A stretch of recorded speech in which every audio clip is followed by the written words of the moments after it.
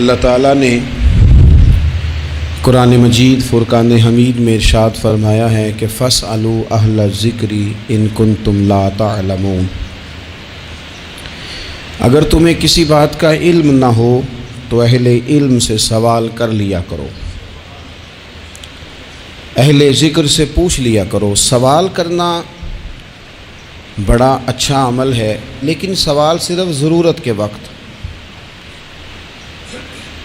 اس سوال کو پوچھا جائے جس سے جہالت ختم ہو، انسان کے علم میں اضافہ ہو، اپنے شعور کو بلند کر کے مسئلے کو سیکھ کر پھر بندہ اس پر عمل کرنا شروع کر دے۔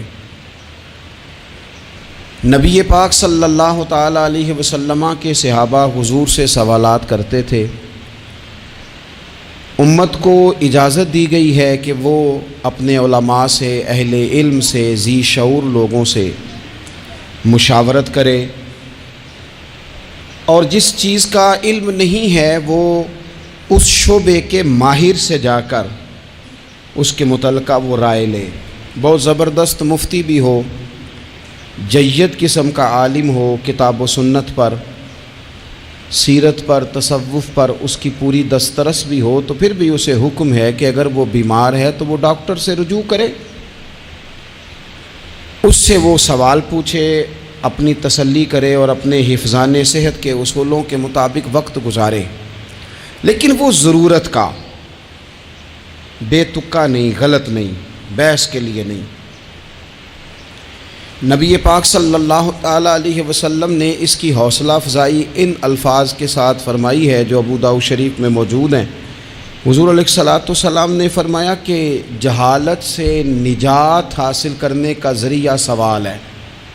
سوال پوچھو تاکہ تمہاری جہالت دور ہو جائے، لیکن اس کے کچھ قاعدے، کچھ ضابطے، کچھ اصول ہیں۔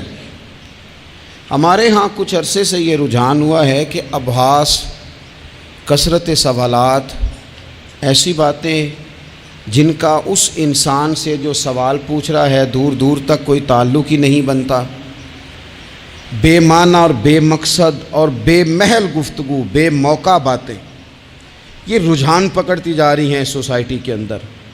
ہر شخص کو تجزیہ نگار بنا دیا گیا ہے، ہر شخص کو عالم بنا دیا گیا ہے، ہر شخص کو ڈاکٹر ڈکلیئر کر دیا گیا ہے، ہر بندہ اپنی مرضی کی رائے دے رہا ہے۔ اس کا نقصان یہ ہوا ہے کہ ملک تیزی سے غیر مستحکم ہوتا چلا جا رہا ہے۔ بگڑتے، بکھرتے، ٹوٹتے خیالات، بہت زیادہ جب باتیں ہونے لگ جاتی ہیں، بہت زیادہ جب بحثیں ہونے لگ جاتی ہیں تو وہ نفرتوں کو جنم دیتی ہیں، وہ اذیت کا باعث بنتی ہیں۔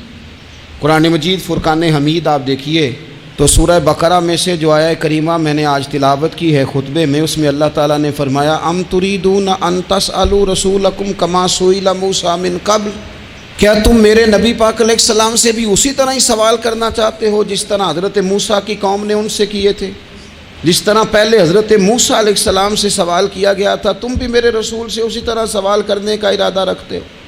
کبھی بنی اسرائیل والوں نے کہا کہ ہمیں پتھر سے پانی نکال کے دیا جائے، کبھی کہا کہ ہمیں کھانا من و سلوہ دیا جائے، کبھی کہا کہ ہم اس وقت مانیں گے جب رب کو اعلانیہ دیکھ لیں گے۔ کیا تم میرے رسول سے بھی اسی طرح ہی سوال جواب کرنا چاہتے ہو؟ ضرورت کے لیے سوال ضرور کریں، یہ پہلا ہی سپارہ ہے۔ حضرت موسیٰ علیہ السلام کا زمانہ مبارکہ ہے۔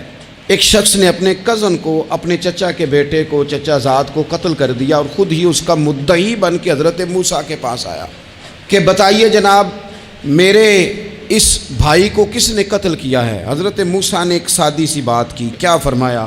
وَإِذْ قَالَ مُوسَىٰ لِقَوْمِهِ إِنَّ اللَّهَ يَأْمُرُكُمْ أَن تَذْبَحُوا بَقَرَةً۔ حضرت موسیٰ علیہ السلام نے اپنی قوم سے کہا کہ اللہ تمہیں حکم دیتا ہے کہ ایک گائے ذبح کرو، گائے کا کچھ حصہ مقتول کو مارو، وہ خود اٹھ کے بتا دے گا مجھے کس نے قتل کیا ہے۔ یہ پہلا سپارہ ہے قرآن مجید کا، آپ اس کو دیکھ لیں، یہ آیت نمبر 67 سے شروع ہو رہا ہے۔ تو اب وہ چونکہ ذبح کرنا نہیں چاہ رہا تھا، اس کو پتا تھا کہ مجرم تو میں خود ہوں، وہ ذبح چونکہ کرنا نہیں چاہ رہا تھا تو اس سے کہا کہ مارو ایک حصہ گائے کا، اس کو تو یہ اٹھ کے بتا دے گا۔ تو اس نے جواب کیا دیا؟ قالوا اتتخذون ہزوا، کہنے لگا آپ میرے ساتھ مذاق کرتے ہیں، کبھی ایسا بھی ہوا ہے؟ قال اعوذ باللہ ان اکون من الجاہلین، حضرت موسیٰ علیہ السلام فرمانے لگے میں اللہ کی پناہ مانگتا ہوں میں جاہلوں میں سے ہو جاؤں، ہر وقت مذاق کرتے رہنا یہ تو جاہلوں کا طریقہ ہے۔ کن کا ہے؟ حضرت موسیٰ نے کہا ہے، قرآن پاک ہے، ہر وقت مذاق کرتے رہنا۔ خوش طبعی اور چیز ہے، مسکراتے رہنا، لیکن کسی کا مذاق ہر وقت اڑاتے رہنا کن کا طریقہ ہے؟ جاہلوں کا۔ جب کہا نہیں ذبح کرنی ہے تو اب ذرا دیکھیے کرنا نہیں نہ چاہ رہے، قالوا ادع لنا ربک یبین لنا ما ہی، کہنے لگے اے موسیٰ پھر آپ نہ رب سے دعا کریں کہ وہ ذرا کھول کے بتائے وہ گائے کس طرح کی ہو، ارادہ نہیں نہ ذبح کرنے کا، آپ دعا کریں۔ قال انہ یقول انہا بقرۃ لا فارض ولا بکر، فرمایا کہ رب کہتا ہے وہ گائے نہ بوڑھی ہو نہ زیادہ بچیا ہو، عوان بین ذالک، ان کے درمیان ہو، یعنی جوان گائے ہو۔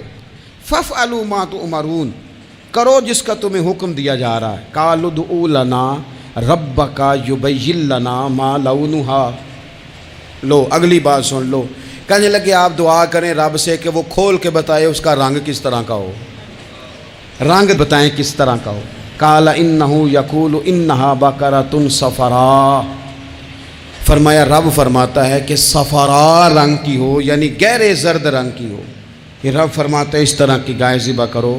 فاقع لونھا تسر الناظرین، اور جب کوئی اسے دیکھے تو اسے اچھا بھی لگے، آنکھوں کو اچھی لگے وہ گائے، اس طرح کی گائیں ذبح کرو۔ لو اتنی باتیں بتا دی۔ قالوا ادع لنا ربک یبین لنا ما ہی، کہنے لگے نہیں آپ پھر دعا کریں اللہ ذرا کھول کے بتائے گائیں کس طرح کی ہو۔ ان البقرہ تشابہ علینا، ہمیں ذرا گائیں پر شبہ پڑ گیا ہے کس طرح کی ذبح کرنی چاہیے۔ وَإِنَّا انشاءاللہ لمہتدون، اگر اللہ نے چاہا تو ضرور ہم ہدایت پا جائیں گے۔ پھر اللہ تعالیٰ نے فرمایا کہ قال انہ یقول انہا بقرۃ لا ذلول تثیر الارض، گائیں اس طرح کی ہو کہ وہ کبھی کھیتی میں